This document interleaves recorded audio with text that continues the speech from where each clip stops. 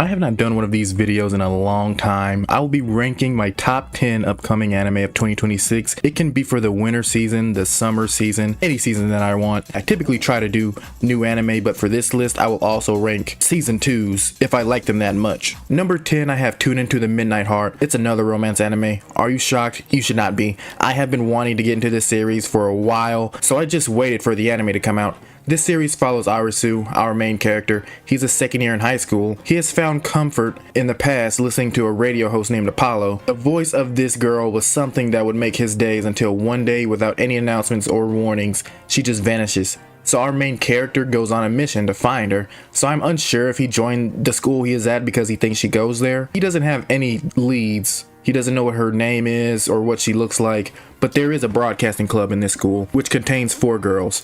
All of them have very talented voices that they wish to put on display, but they are all also very different themselves. This to me sounds like the quintessential quintuplets. It was the first romance anime to really open my eyes to the genre, so I'm really hyped for this. Okay, so now we have another romance show. All of my action anime fans out there, don't worry, the time is coming. This should be the last romance anime on this list. You and I are polar opposites. This is a series that I have read long before we got an announcement for an anime, and when I saw it was getting an adaptation, I was so happy. This series follows 2 main characters, the female Miyu Suzuki and the male Yusuke Tani.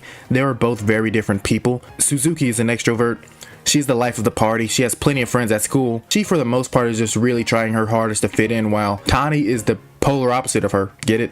Like the show name? But Tani does not care what anybody thinks of him at all, and this is what really attracts Suzuki to him. This love story to me was just done very well. It's very wholesome, super fun. It's not that long. This anime could be done in about 2 seasons, I believe, if it gets renewed for another one after the first season. This will blow up this year. I really believe so. At number 8, this is where things get juicy. We have Demons of the Shadow Realm. This is a series that I have been wanting to get an anime for a while because it is by Hiromi Arakawa, the author of Full Metal Alchemist Brotherhood, one of the absolute greatest animes of all time. So I didn't even need to see what the description was about to be intrigued by the series. In a remote mountain village under the watchful eyes of 2 stone guardians, the young Yuru lives off the land while staying close to the only family he has left, Asa, his twin sister. Asa, meanwhile, carries out a mysterious duty on behalf of the village while locked in a cage. So just from that synopsis, this series sounds awesome. I don't know if this means much to anyone, but it also won 2nd place in the 2023 Next Manga Awards. I never had any doubts about this series because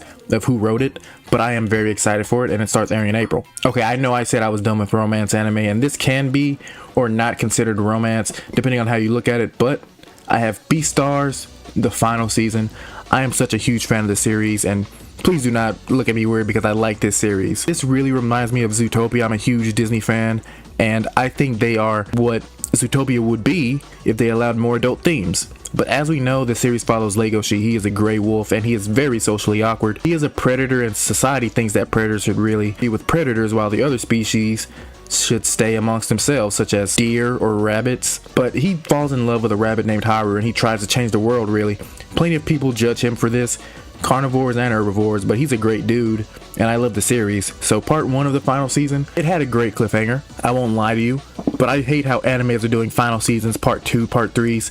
That's just bull crap, man. But I cannot wait to see the conclusion of this series that I've been following ever since it came out. Okay, so next, here is a new psychological anime that I have also read. It's Liar Game. It's going to be done by Madhouse, and we know that Madhouse only selects masterpieces to work on.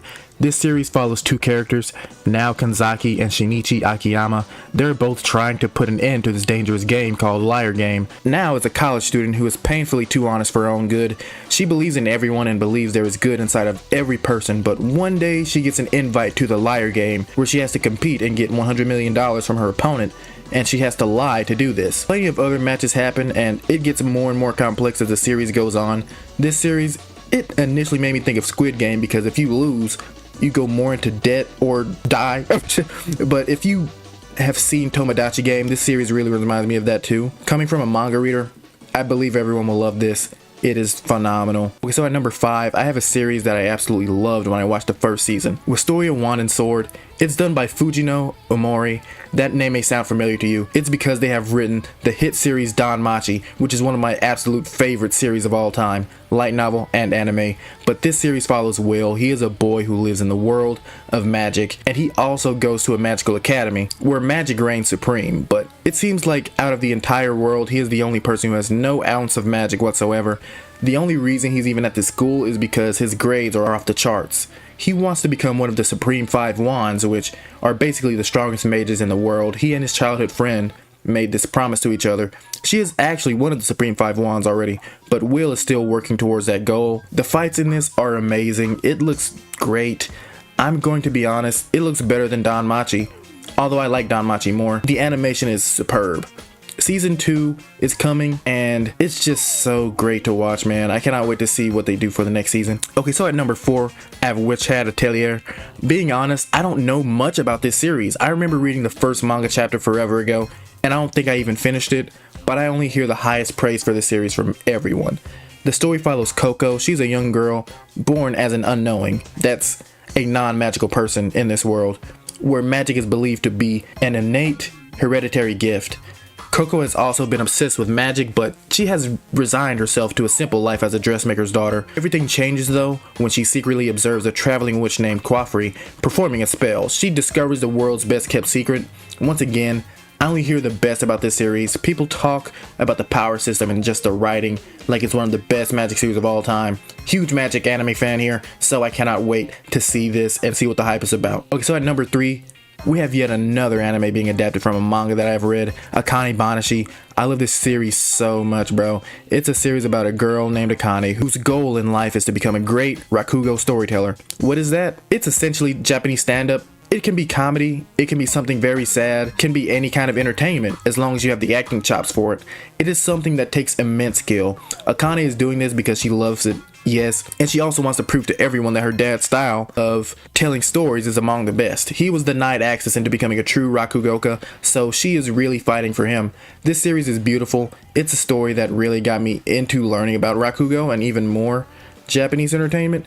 Every rakugoka you meet in this series has a different style and makes you feel immersed in their storytelling in different ways. The way Oshinoko and Haikyuu makes these little things such as acting and playing volleyball feel like battle anime is truly phenomenal, and Akane Banashi is going to do the same thing, I promise you. You're gonna love it. Okay, so for the last two, they're a series that we know very well. At number 2, we have Hell's Paradise Season 2. As we know, this series follows Gabimaru. He's a ninja assassin. He and plenty of others who are sentenced to death have a chance to be pardoned by finding the elixir of life. But as we know, things do not go that smoothly. I love the power system in this anime, and I also love every single one of the characters. The cast is very strong. Anime also ended on a cliffhanger, so I cannot wait to see what this anime does. I had many chances to read the manga, but since MAPPA has done this anime, I decided to wait, and I am excited. At number 1, this should be a surprise to no one, Frieren Beyond Journey's End. This anime made me rethink life. It made me reconsider a lot of things. We know it follows Frieren, an elf who has lived thousands and thousands of years, and she never really valued life until a member of her party, Himmel the Hero, died. And the best anime I've ever seen, and I don't mean that lightly. I definitely mean that with all of my heart. I am the biggest fan of many anime such as One Piece, Hunter x Hunter. I don't think they hit me as hard as Frieren hit me. Once again, I had a chance to read this manga as well, just wanted to wait for the new season. The fights are great, the lessons are great, the characters are great, everything in the series is amazing. I love Stark, I love Fern, I love Frieren, I love all of the side characters, I love what everyone stands for. This is probably my favorite anime of all time, and this only has 24 episodes, and I think the second season is only going to have 10, which hurts me a lot. That is my list. Let me know if you have any animes that you want to see this season or later on in the year. Just comment them below. Let me know what you thought. Thanks for watching.